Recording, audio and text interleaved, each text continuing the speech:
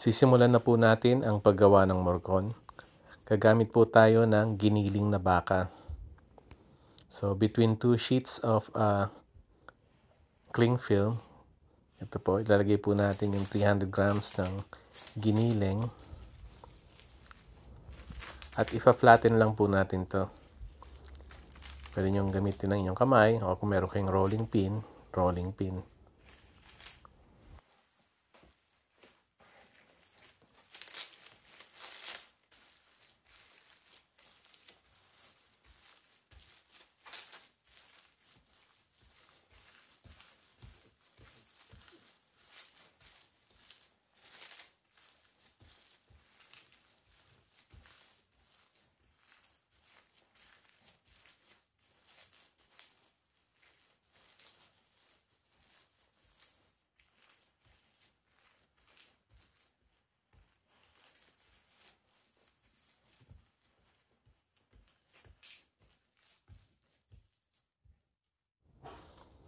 Kapag sa tingin nyo po ay sapat na yung lapad ng inyong karne, tanggalin nyo po yung pangibabaw na plastic at lagyan na po natin ng palaman.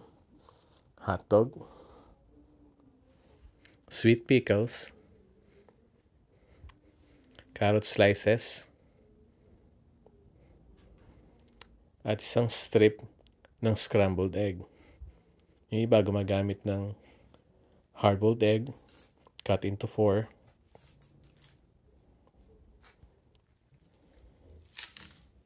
Yan. Tapos yun, iro-roll nyo lang. Make sure na yung sides ay selyado. So, para lang kayo nagro-roll ng sushi.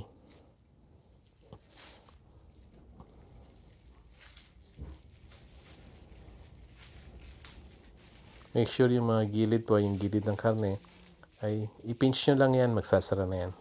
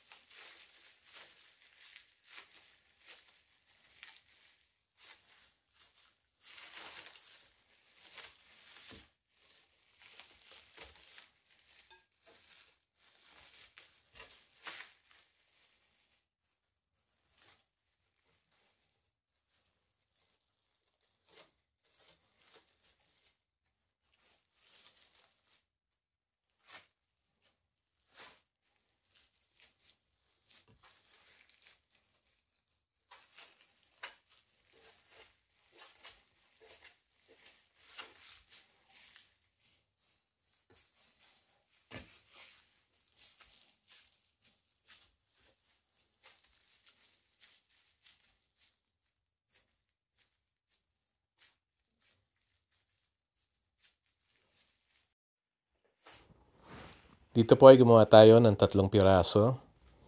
Tapos po niyan, ilalagay natin sa freezer overnight.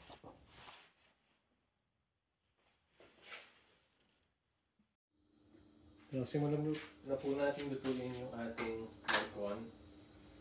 First step po ay isi-sear natin yung morcon na nilagay natin sa freezer. Para po pag sinimmer siya mamaya, hindi siya matudurog. So, ito yung morcon na ginawa natin previously. Medyo pinatoko lang siya ng half an hour para hindi mo totally matigas. Tapos lagyan natin siya sa ating pan.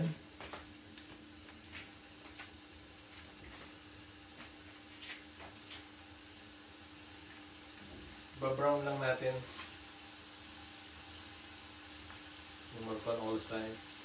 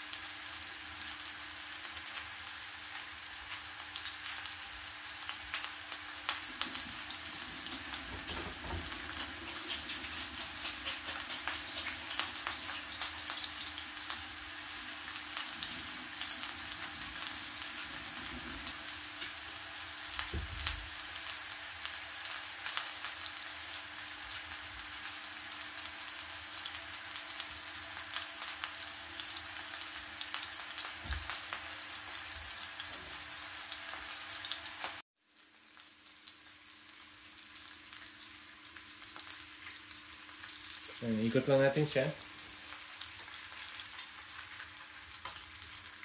Ayan, yung habol natin.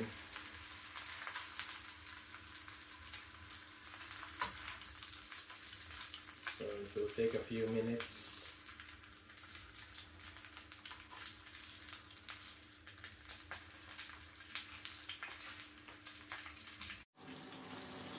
So bali yung purpose ng ginagawa natin dito, yung sisir natin yung ang surface niya para pag niluto mamaya ay hindi magbibitak-bitak o madudurog yung karne. Kasi usually sa Morcon, gamit mo yung solid flank. Pero minsan, ang hirap kasing magtali. Hindi ako sanay doon. Tinry ko once at I gave up. So, isip ko, baka pwede yung giniling na baka. So, try ko siya before. Pwede naman pala. Hintayin na natin crusty yung surface ng buong Morcon bago natin iluto sa sauce niya.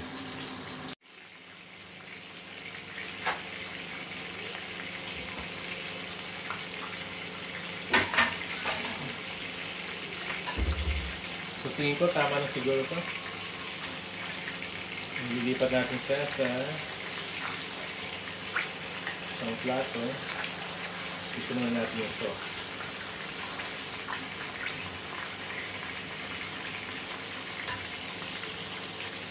Make sure. Naluto na siya all sides. So hopefully hindi na siya madudurog pag iluto na natin siya sa salsa.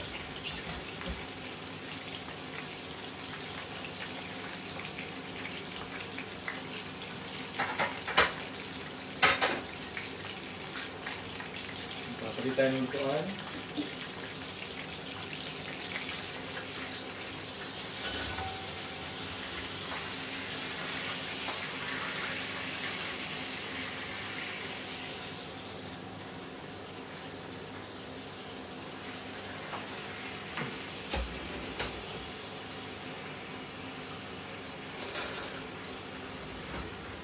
Ito natin yung oils ng baka. So, use natin. May lasa yan.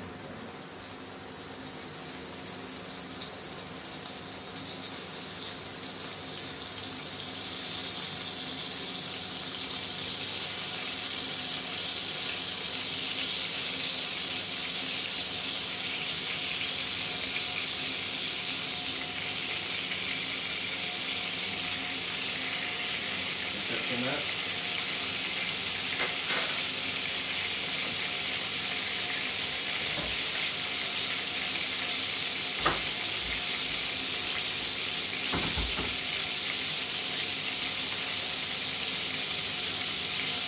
Kasi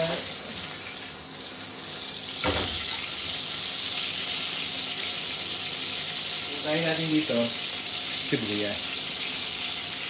Okay. So this is roughly 2 cups finely chopped red onions.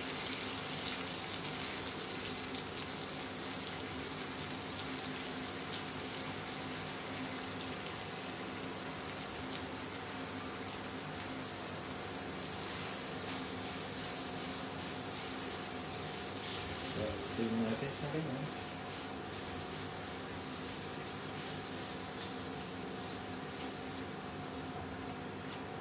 So habang nagkakaramelize yan, lalabas yung tamis niya.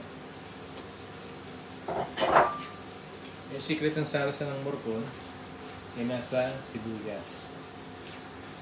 Basically parang ano siya, beef dish na yan. Meron siyang onion gravy.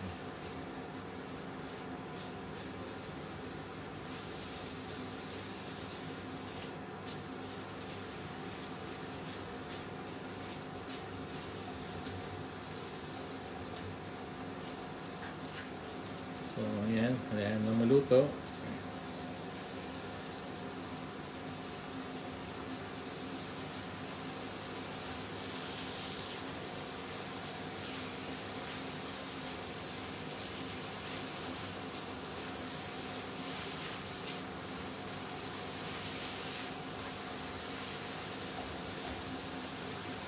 Susunod natin. Ito, isang red bell pepper. Okay. Finely chopped. So, lahat ng hiwa mo rito dapat maliliit. Para pag sa sarsa niya, medyo smooth ang dating.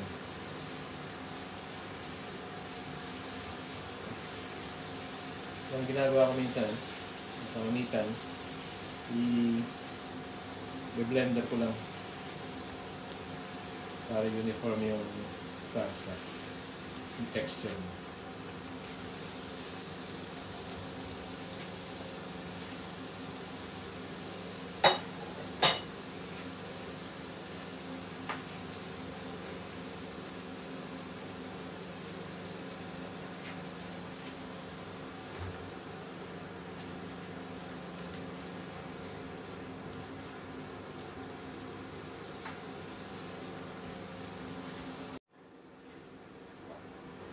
So, natin ilalagay ay dalawang kamatis finely chopped.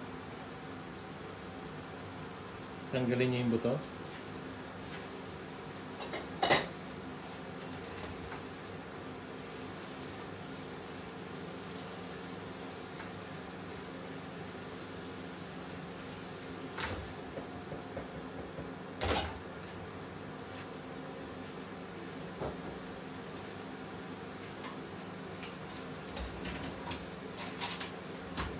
Natin siya ng 1 teaspoon, half a teaspoon na.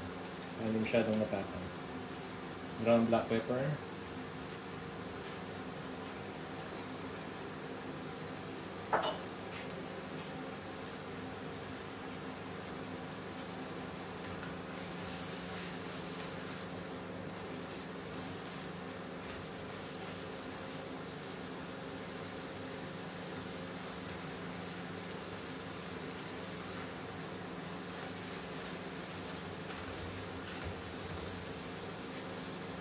Cover lang natin, balikan natin after 5 minutes. After 5 minutes, yan, tutubig na siya, kakatas na yung kamatis. Balikan natin siya ng tomato paste na 3 tablespoons. Hindi na natin.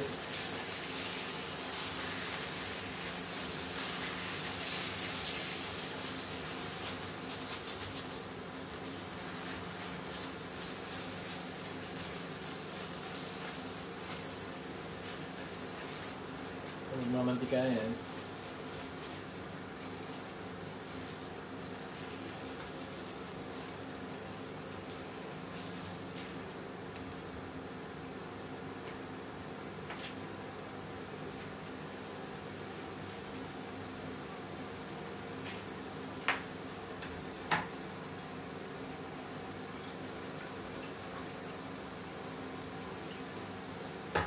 Bigyan natin 1 cup tubig.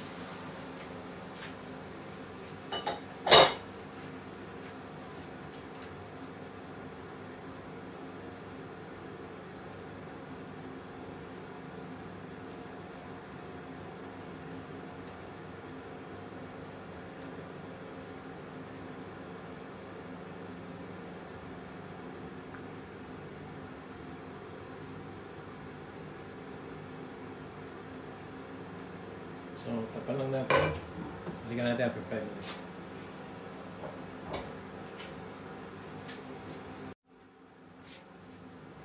Yan, so after 5 minutes, lagyan natin siya ng pang pampalasa. Half a cup soy sauce.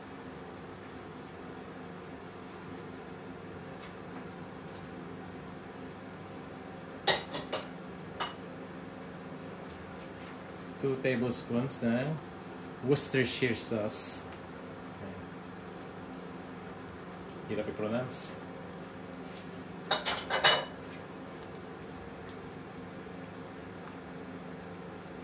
Gawin na natin.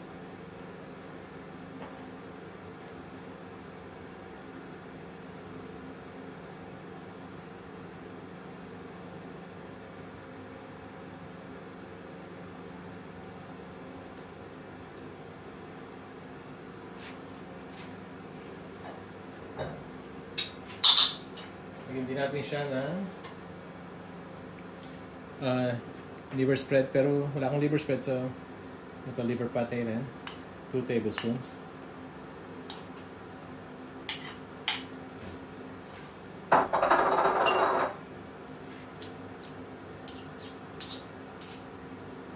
So usually yung murkon, palaman yan sa loob, mayroong strip ng atay, strip ng taba ng baboy. Since hindi kasi mahilig sa atay yung ibang nandito sa bahay, ako lang, pag sinama ko sa sarsa, hindi naman nila mapapansin at hindi sila mapabother, so dito ko lang nilagay sa sarsa.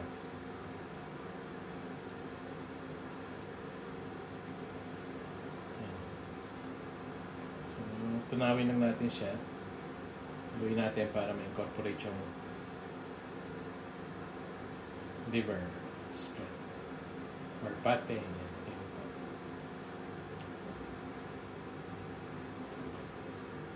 Pero mas maganda kung tunawin niya sa konting tubig bago ilagay.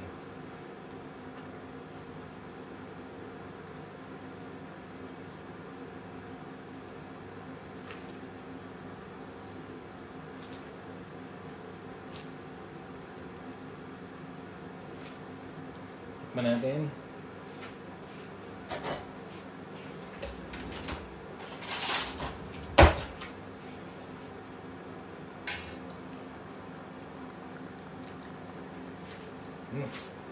Stop.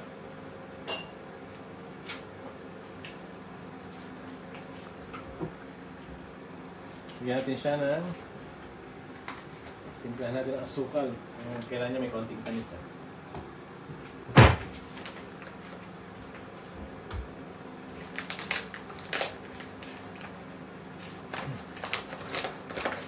Nasa panlasa niya kung gaano katamis gusto niya, gaano kaalat. So, bigyan mo natin siya ng 1, 2, 3 tablespoons.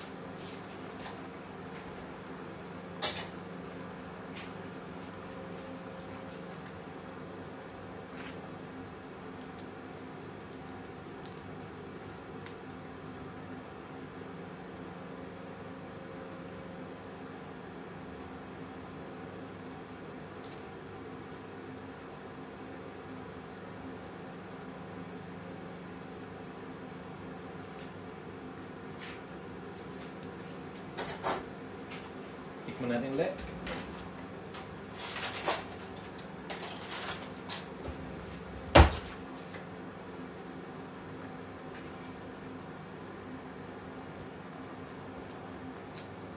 Perfect.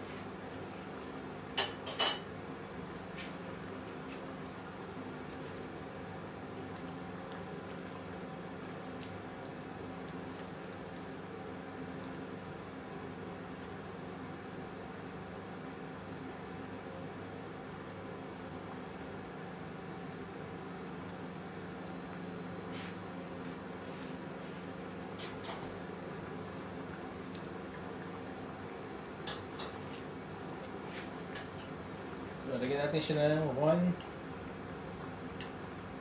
tablespoon ng lemon juice. May konting asin.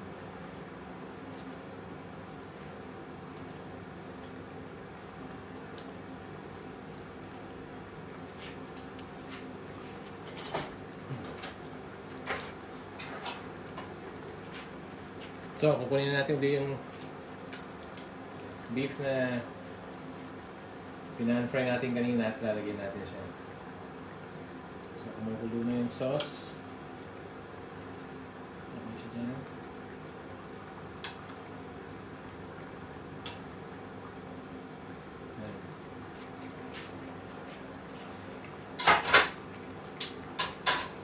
At this point, gawin na natin, takpan natin siya. And lower your heat. Simmer for 30 minutes. Pero balikan nyo every 15 minutes para makita nyo lang, turn over nyo yung karne para maluto siya on all sides. So after 30 minutes, May tsura niya. Tignan natin.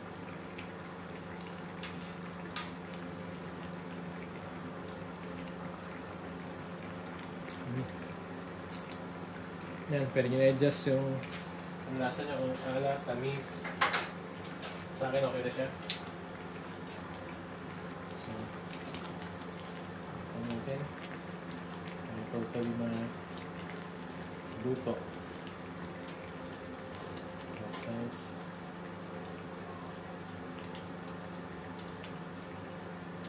Yan, magmantika na. No? So,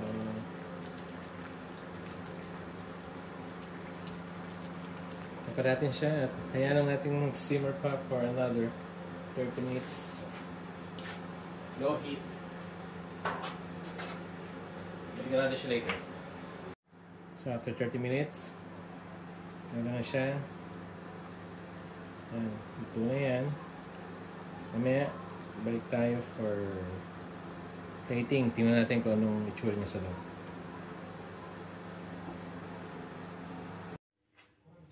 So ito na po. Titingnan natin kung anong itsura niya sa loob. This has been resting for 10 minutes. So iba natin.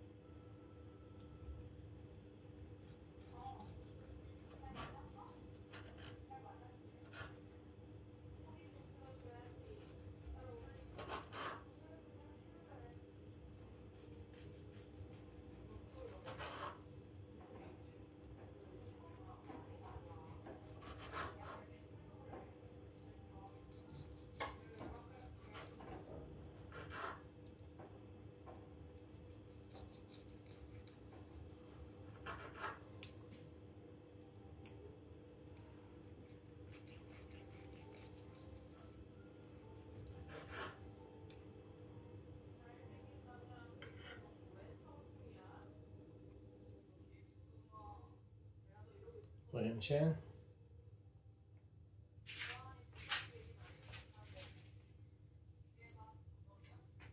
So,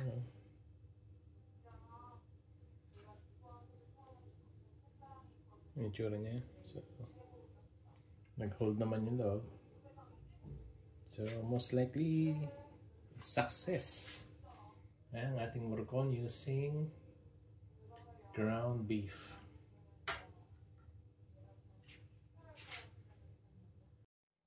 So ito na siya. Tikman natin. So ito yung mga dulo. Kaya ng konting sauce.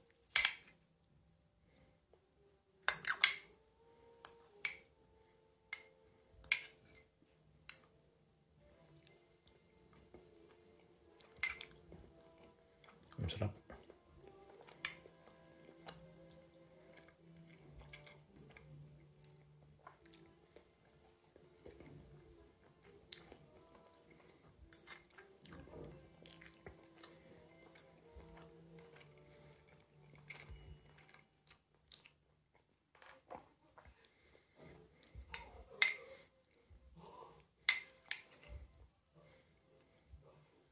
So wala siyang pinangkaiba kung ginamit nyo yung purong karne na flank.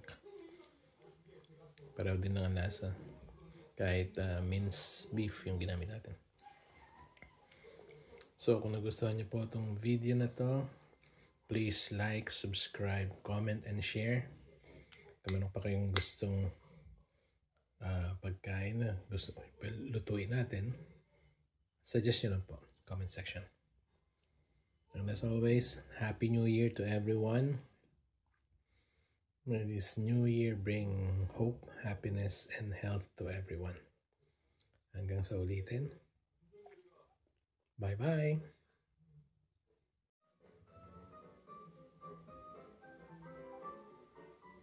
기분 좋아 보인다? 나도 좋은데.